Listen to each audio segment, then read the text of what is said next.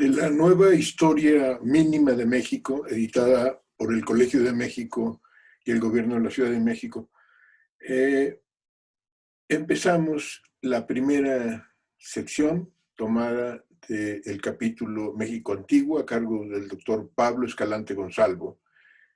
El apartado que vamos a leer el día de hoy se titula Los cazadores recolectores. El poblamiento de América se inició alrededor del año 40.000 antes de Cristo. Hacía medio millón de años que el Homo erectus había aprendido a hacer fuego, pero el Homo sapiens sapiens, empezaba apenas a existir y aún no se había extinguido por completo la subespecie neanderthalensis.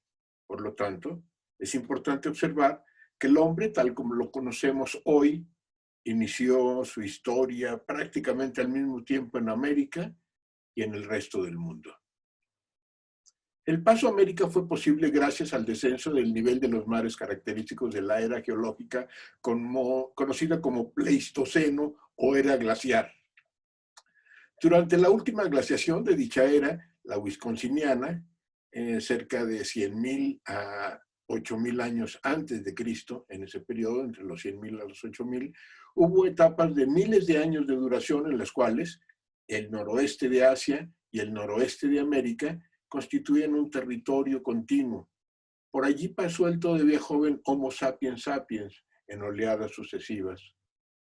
Los indicios más antiguos de presencia humana en el actual territorio mexicano datan del año 35.000 antes de Cristo. Entre esta fecha y el año 5.000 antes de Cristo, cuando se inicia el proceso de domesticación del maíz y el frijol, solamente encontramos bandas de cazadores, recolectores y pescadores. Estas bandas eran agrupaciones bastante versátiles, susceptibles de descomponerse en sus partes. Durante los meses de escasez, cada familia se situaba en un lugar distinto. Construía su enramada o se establecía en una cueva y desde allí aprovechaba los recursos disponibles en las cercanías. Al llegar la estación de abundancia, generalmente el verano, las familias se congregaban en parajes donde se formaba la banda propiamente dicha para cazar y recolectar. Finalmente, varias bandas podían reunirse y formar macrobandas para intercambiar mujeres, organizar grandes batidas de caza o defender el territorio. Una banda estaba formada por algunas docenas de personas y una macrobanda podía agrupar a varios cientos. A esta etapa de la historia mexicana, anterior a la agricultura, se le denomina etapa lítica, y la mayor parte de ella transcurre desde la fría era glacial, cuando todavía existían en América caballos, antílopes, mamuts y otras especies que se extinguieron con los cambios climáticos que trajo el Holoceno. Una de las primeras historias de carne y hueso que podemos recuperar del pasado mexicano ocurrió hacia el año 7000 a.C., poco antes de la extinción de la megafauna americana. Las bandas de cazadores-recolectores que vivían en el Valle de México, lo que actualmente es el Valle de México, tenían la costumbre de conducir a los mamuts hacia la orilla pantanosa del lago de Texcoco. Cuando estos gigantescos animales se atascaban en el lodo, los cazadores los asediaban y les causaban heridas con sus lanzas hasta hacerlos caer muertos o exhaustos. Cierto día de hace 9.000 años, una mujer de 25 años de edad y 1,5 metros de estatura participó en una jornada de caza y tuvo la mala fortuna de golpearse y caer. Murió y quedó sepultada en el lodo, con el rostro mirando hacia abajo. En los libros se conoce a esta mujer como el hombre de Tepexpan. La época, alrededor del año 7000 a.C., reviste una importancia especial. Los fuertes cambios climáticos que sufrió la Tierra y que propiciaron la desaparición de varias especies, también estimularon la diversificación de las actividades económicas. Las tecnologías de las puntas de proyectil se especializó para adecuarse a la caza de animales medianos y pequeños, como el puma, el pecarí, el venado, el conejo y el mapache. Además, hay evidencia arqueológica suficiente para afirmar que entre el año 7000 y el 5000 antes de Cristo, las bandas intensificaron las actividades relacionadas con la recolección. Seguramente arrancaban malezas para despejar el terreno alrededor de las mejores plantas. Desprendían los frutos y las semillas en forma sistemática. Probablemente regalaban algunas matas. El resultado de esta intervención en los ciclos naturales fue la domesticación del chile, el aguacate y la calabaza. La especie Cucurbita mixta. En lo sucesivo, ninguna de estas plantas podría reproducirse sola. También aparecieron entonces las muelas para triturar granos, semejantes a metates sin patas. Pero no es lo mismo haber domesticado algunas plantas que ser un pueblo agrícola. Entre un hecho y otro hay siglos de experimentación y adaptación.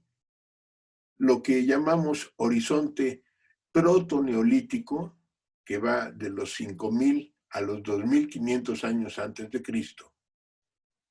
En ese lapso apareció el maíz domesticado como consecuencia de la manipulación durante cientos de años de las espigas de la especie silvestre llamada Sea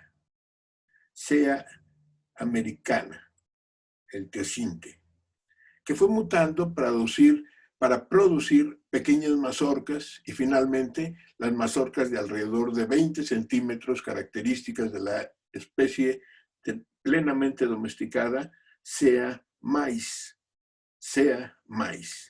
iguales a las de la actualidad.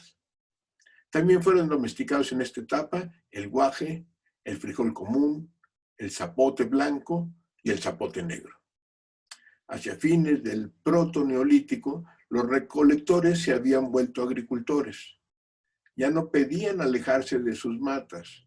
Así surgieron las aldeas permanentes. En estas primitivas aldeas se fue complementando el repertorio de los rasgos característicos de Mesoamérica, apareciendo el metate y la mano propiamente dichos. Se domesticó la gran calabaza, Cucurbita pepo, con cuyas semillas se prepararía el cotidiano pipián de todos los pueblos mesoamericanos. Se domesticó el perro y también hay señales de que se empezó a practicar el sacrificio humano y cierto culto a los muertos. Las familias que habitaban estas aldeas formaban unidades sociales más cohesionadas y perdurables que sus antepasados recolectores. Eran sociedades sin estratificación social y sus miembros no reconocían más diferencia que pertenecer a una u otra familia. Técnicamente se les define como tribus. Hasta aquí nuestra primera sesión de Nueva Historia Mínima de México en el capítulo correspondiente al México Antiguo. Continuamos. Nos vemos la próxima sesión. México a través de los siglos. Basados en este libro maravilloso que es La Nueva Historia Mínima de México, publicada por el Colegio de México y el Gobierno de la Ciudad. Agradecemos al doctor Pablo Escalante Gonzalvo, autor de este primer capítulo de México Antiguo, la gentileza de brindarnos la oportunidad de utilizar su texto. Y agradecemos también al entonces presidente del Colegio de México, el doctor Javier García Diego Dantan, por la iniciativa de haber realizado esta nueva versión de la Nueva Historia Mínima de México. Hasta la próxima.